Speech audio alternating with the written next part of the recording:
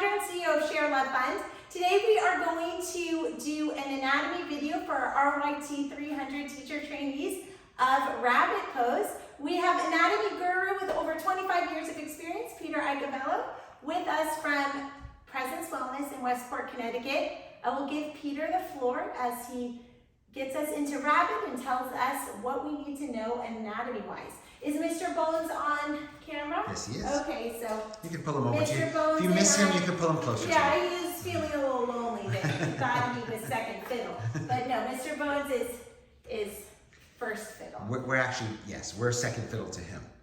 So thank you, Ashley, for that wonderful introduction, and thank you always for this platform.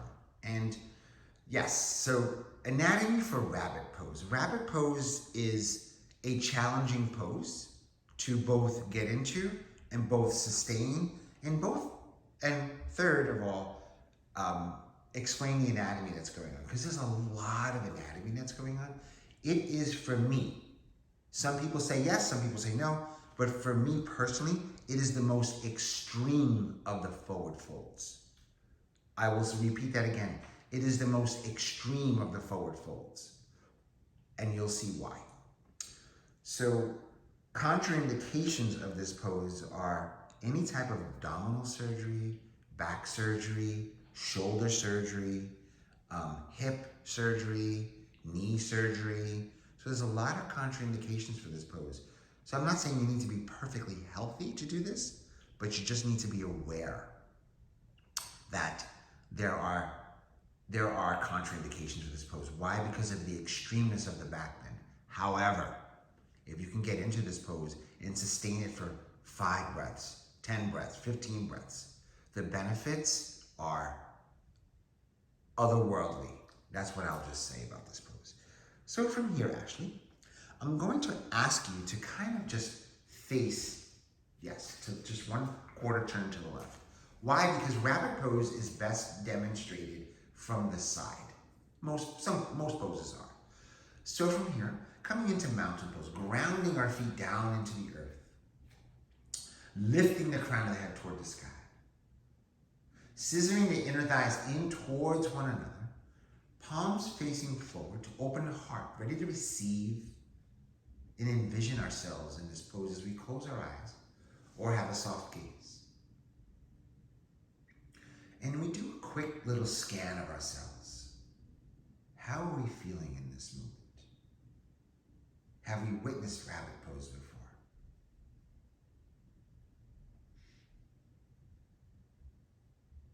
Do we see ourselves doing rabbit pose?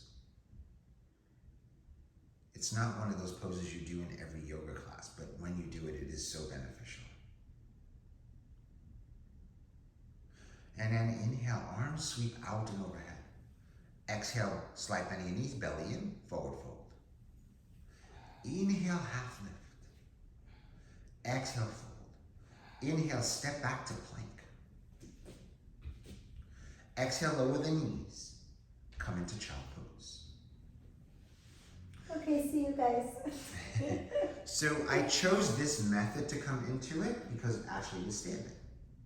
You can also come from tabletop pose, all fours.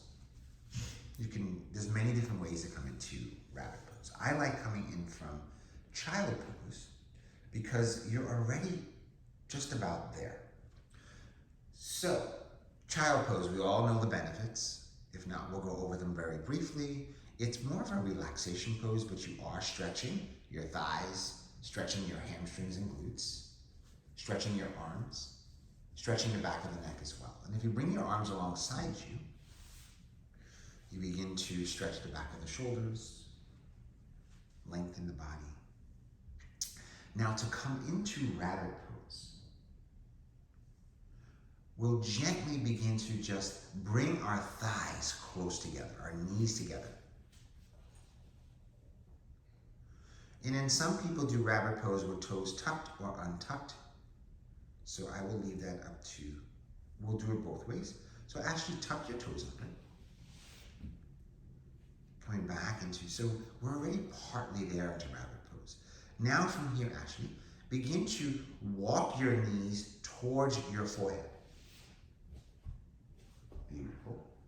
And then take your hands and then reach on the outer edges of your heels or ankles.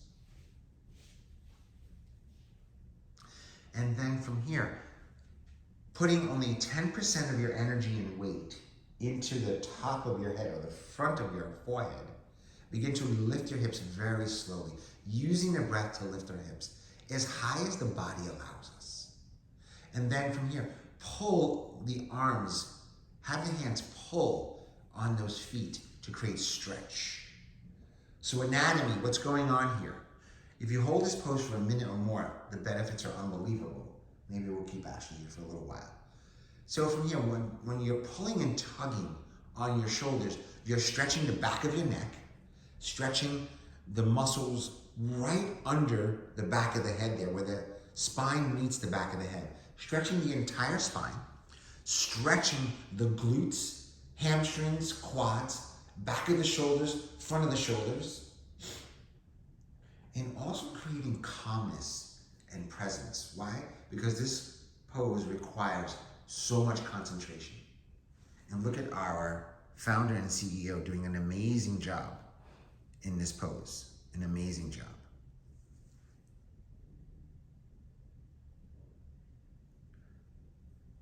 So benefits, relaxation, concentration, stretch, the entire back of the body. I'm gonna come over to Mr. Bones here. Ashley just takes about 5 more breaths in this pose. So from here, what you're doing is you're stretching from the back of the neck all the way through the lower back, stretching your quads because of the way the position is, stretching the hamstrings, calf muscles. Now, Ashley just untucks her toes just a little bit. She'll be able to reach a little further with the arms. Beautiful. And then lift her hips up a little bit higher.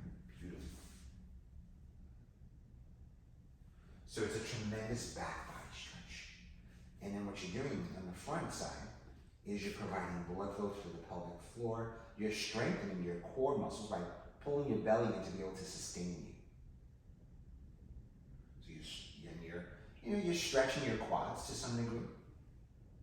Stretching the back of the shoulders right through here. Stretching all these muscles as you're pulling. And the biggest benefit is you're stretching right through. So those of us that spend a lot of time on a computer or texting or on our phones, you're stretching these muscles. If you have headaches, if you have cluster headaches or tension headaches, TMJ, that's another benefit by stretching these muscles. It also helps with sleep, believe it or not. You have insomnia. This is a great stretch to do before bed. And then very, very slowly, actually, I ask you to draw your hips towards your feet, rest your arms alongside you, and then stay in your child's pose. Stay in your child's pose. Take 3 breaths in your child's pose.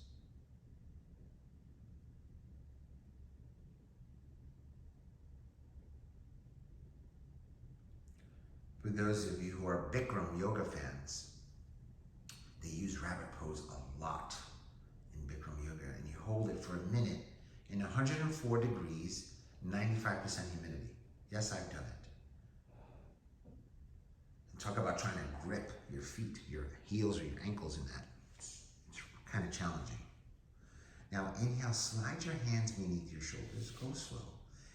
And then exhale, press yourself up into tabletop. Inhale, tuck your toes under. Exhale, downward facing dog. Inhale, step your right foot forward, left foot forward. Forward fold. Exhale. Inhale, hands to shins, half lift. Exhale, mountain pose.